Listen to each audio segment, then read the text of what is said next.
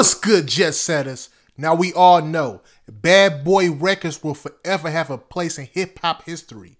From Notorious B.I.G., Puffy, Mace, The Lox, Lil' Kim, the list goes on and on. Despite all of the success though, they also had a lot of drama when it come to contracts of artists. One of which would be The Lox.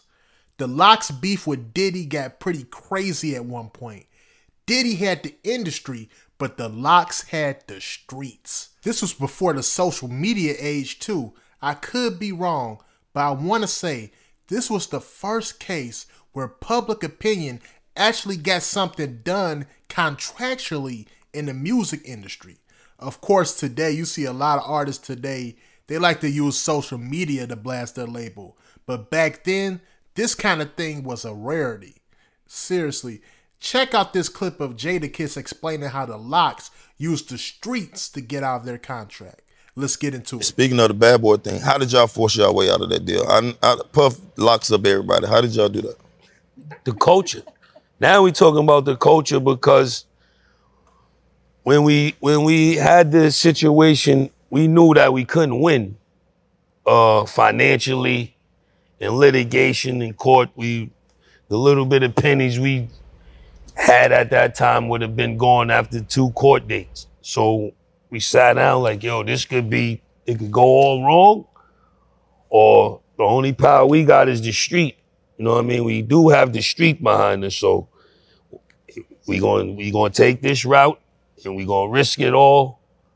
But you know what I mean? We gonna do it together, and we push the button, and through the grace of God, the streets, and you know what I mean? Shout out to Diddy also, because he could have played much harder ball than he played, and we could have just y'all go in there with the baseball bat? Yeah, no, like, take us back to that moment. You don't gotta give too much. We know we can't give too much, but like our situation was a tad bit different because we didn't have them seasons with the 100 catches. We was hot. We was young whippersnappers, and we didn't. You know what I mean? Once we decided to go against him, it could have went. He had the power to block us from ever putting a song out ever again.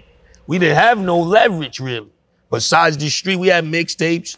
We had people behind us that knew we or thought we would be, you know, great artists in the future. But we only had a cup of coffee as far as being in the game. So once we like, yo, we gonna go against them. If we gonna do it, let's do it. But just know, it could be, it could go left real quick. Yeah, thankfully, Diddy let the Lox out of that contract. I couldn't imagine hip-hop without the impact of the Lox. Let's also keep it real, though. Bad Boy had to let them go because they had a strong amount of support in the streets, and that would have been a bad look for the company to keep them on the shelf. Besides the contracts, though, I honestly think the Lox really just felt lost without the late legend Notorious B.I.G. Losing someone so monumental to your career had to hurt them. That's another thing I want y'all artists to understand. When you sign to a label, sometimes the people you start off with, they either get replaced or they leave. To prevent something like this, and this is not legal advice at all, but you'll learn this like in the book, All You Need to Know About the Music Business. To prevent something like this, you'll need what's called a key person clause in your contract. This clause basically gives you the option to leave when they do.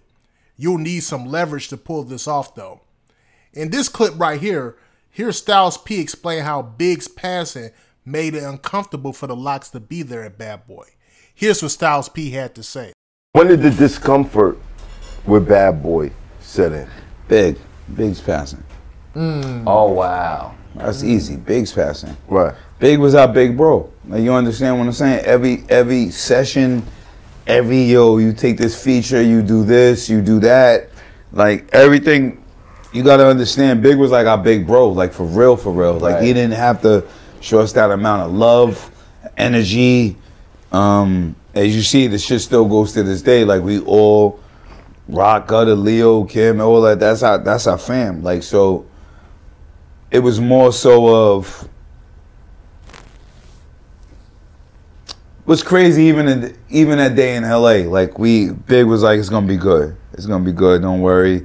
There's gonna, like, you know what I'm saying. So even when that happened, it was more so like a fucking like, What the fuck? it was mind-boggling there and just mind-blowing, because you don't expect to be somewhere, and I think Big had all the answers. He had the answers for us as a big brother, how to delegate through it. And I know where y'all niggas is from. I know how y'all niggas get. I know how Puff is. And this is the transition, what it got to be, and this is how you got to do it, and this is how you got to navigate. Right. So when you lose the navigation system, Right. Puff couldn't step in and try to fill that space, the navigation Big space. was the navigation system of how to work with Puff. How could Puff step in? Right. I get When you. Big is the one, let me show you how to deal with this and how to understand it, and so how could Puff? It was impossible. Right. It was impossible. And one, we so dope. We went to school. We worked jobs. And when you sell dope, 10 times 10 is 100 every time. When you sell records, 10 times 10 ain't 100 every time. Not even close. So now you confused. All these things collectively led to the Lox leaving Bad Boy. I think a story like this is especially important for artists looking to get on. Not just with the aspect of reading your contract or having favorable terms, but also whether or not you can vibe with the people you work with. Honestly, today though, I just tell artists to stay independent.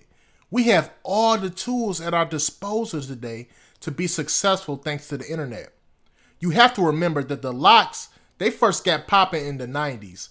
Outside of Master P and early Cash Money, not too many people were doing it big in the 90s independently.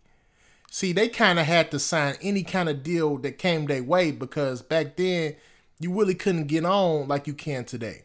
Y'all leave y'all opinions down below in the comment section. Would y'all have let the Lox go because of public opinion, or would y'all would have kept them and tried to work it out with them? See, me, I personally have kind of the Master P approach. I don't know if y'all ever heard this before, but Master P always say, look, if you don't want to be with me, I just tear the contract up and you free to leave. You know, that's kind of my approach as well. I don't know if that would be the best business decision, but hey, I'm not a label owner. But if I was in Diddy's position, I would have just let him go too, because honestly, you don't want that kind of backlash on your label like that. Because they really had the streets. And even to this day, the Lox have the streets. Everybody in the game respect the Lox. You don't hear nobody ever saying anything negative about the Lox. So that's just my opinion. I would love to hear y'all opinions down below. Again, tell me, would y'all have let the Lox go or try to keep them and work it out? That's all I really wanted to leave y'all with today. Make sure you like and subscribe. Peace.